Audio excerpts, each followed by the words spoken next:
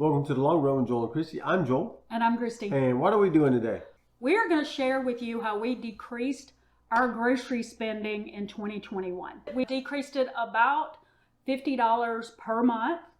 That is for 3 adults. Our son is a college student that lives with us, so we have 3 adults living here.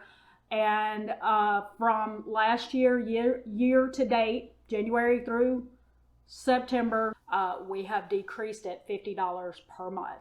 And also, just as a note, besides the fact that, prices have been going up, also in 2020, we lived in Houston and we moved here to Florida. So besides the fact that we also were going into a pandemic that is causing prices to go higher, we also moved to an area that had a higher cost of living.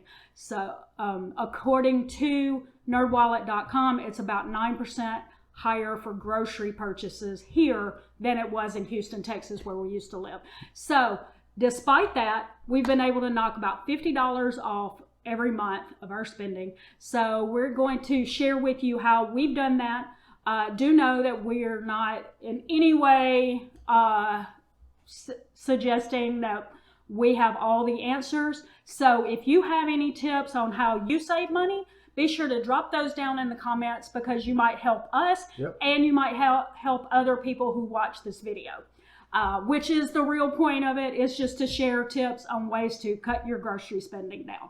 Now, let's get to it. Okay. All right, so number one, and we've mentioned this before, but we continue to look for ways to make things from scratch. So we've talked about our seasoning blends. We've talked about cream and chicken soup. We have videos on those that you can, that we'll probably link up here somewhere. Yes, and down in the description. Yeah, and down in the description too. So we try to control the sodium on those, to try to control our sodium intake, and so we just make those from scratch. We don't buy those, and so we recently figured out how to make baked tortilla chips and also chicken gravy. So we seldom purchase frozen prepared meals because it's just cheaper to make them from scratch. So we're learning to make pretty much everything from scratch, the things that we can, and we're learning new things. Yes. Every week. We feel like as long as it doesn't take up an enormous amount of time, why not? Number 2. All right, we spend less on fresh produce. What? Yeah, I know.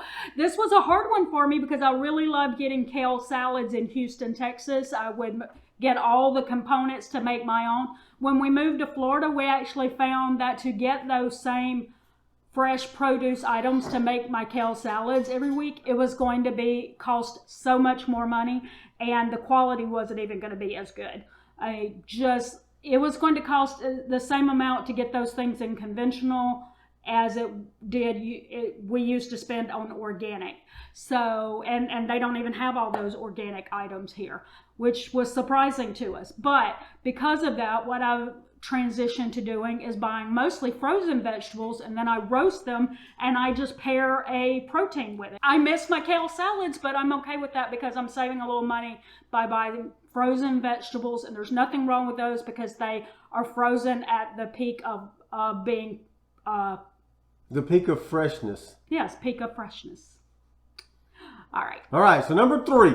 I've kind of cut down on my snacking. If you've seen some of our early grocery hauls, I was getting like a bag of Cheetos, a bag of Fritos. I'd get some candy here and there, Sour Patch Kids, a lot of different things. So I've cut down a little bit on that. I only buy Cheetos now. The Fritos are, every now and then I'll get some, but not very often. So now I'm just down to 1 bag of Cheetos a week. I've also decreased the amount of creamer that I use in my coffee. And so all of those things, they add up over time. Yeah, that was a large part of these things you might hear was because we were trying to eat healthier, and in the process we're also reducing our grocery spending at the same time. That would be a case of that. So the 4th one was we plan multi-use meals. You'll hear Jen from New York City say this term a lot, multi-use meals. What it means is you want to create meals that give you more than one night's meal out of it. Yep. So you'll see us do that a lot. We will make a whole chicken one night, and we will use the leftover chicken to make a soup or a casserole. And so we'll eat 2 or 3 nights off of one chicken that costs us like $5. Yeah, and most of our slow cooker meals also get us more than one. Yes. Get us more than one night as well. So Yes. Any of those, we get several different nights off of our meals, and so that stretches one meal that may cost you $6 to buy. In essence, if you get 2 meals off, it only costs you $3. So the more you can stretch those out, the better. Yes, and the best thing about leftovers is that you don't have to cook the next night. Yep. You just warm it up and move on with your day. All right, number 5, we stop making assumptions about stores and their prices. Yep, this is a big one. Yeah, so we don't expect any store to be 100% less expensive than any of the other stores. They all have some items to get you to come into the store that are great deals, but they also have other items that's going to cost you more. Yes. So we always price compare store to store while we're in a store. So if we're at Aldi, we're price comparing to Walmart on comparable items to see if we can get it less expensive in one place or the other, and that's where we decide to buy it from. Also, we've also found out that stores inside the stores do this too. So we've decided. We've also learned to price compare inside each store. So if you're at Walmart and you have several different things to choose from, you want to price compare between the same product from the different brands and see, if you're getting per ounce, per each, or do the math and make sure that you're getting the best deal in the particular store that you're at if you're only shopping at one store and they have different brands to choose from. We'll give you a quick example on that one.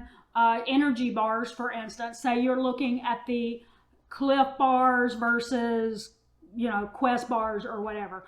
They might have one thing on the shelf that says per each. And then right beside it is another item that says per ounce.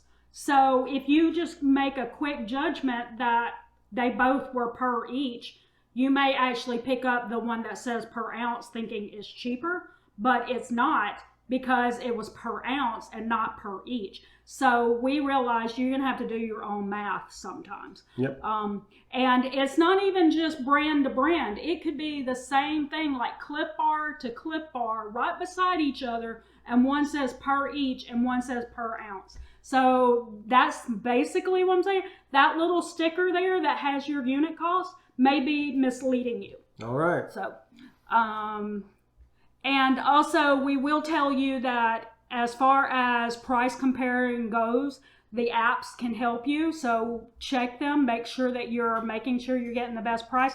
For us, those stores are right beside each other, within a quarter of a mile of each other. So we don't have to go way out of our way if prices are better, but always keep that in mind, is what's the distance that you're going to have to drive to save $3. Yep. But for us, because they are so close, it makes no sense for us not to check and make sure that we're getting the best price at both Walmart and Aldi or Sam's Club.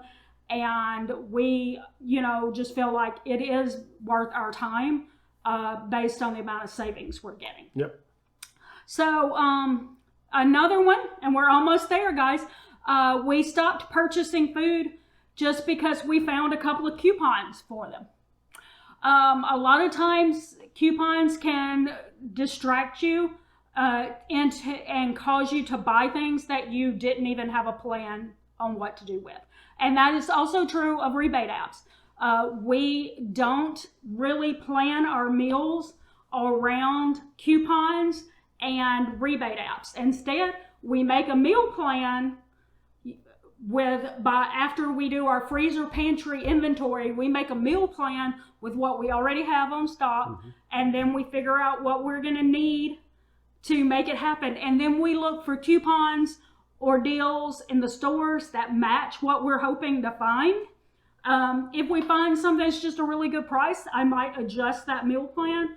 But my initial plan is to use the things that I already have and not to get distracted by coupons and sales that may cause me to buy something that I don't even know what I'm going to do with it. Yep. So that's one thing. We have really pulled back on that. In the early videos that you'll see that we would go to a store and we'd buy a bunch of stuff because it said $5 if you buy 5 items, but like, did we need the 5 items? But hey, we were getting $5 off. Yep. So instead, now we make that meal plan and then we look for the deals that match what we already need.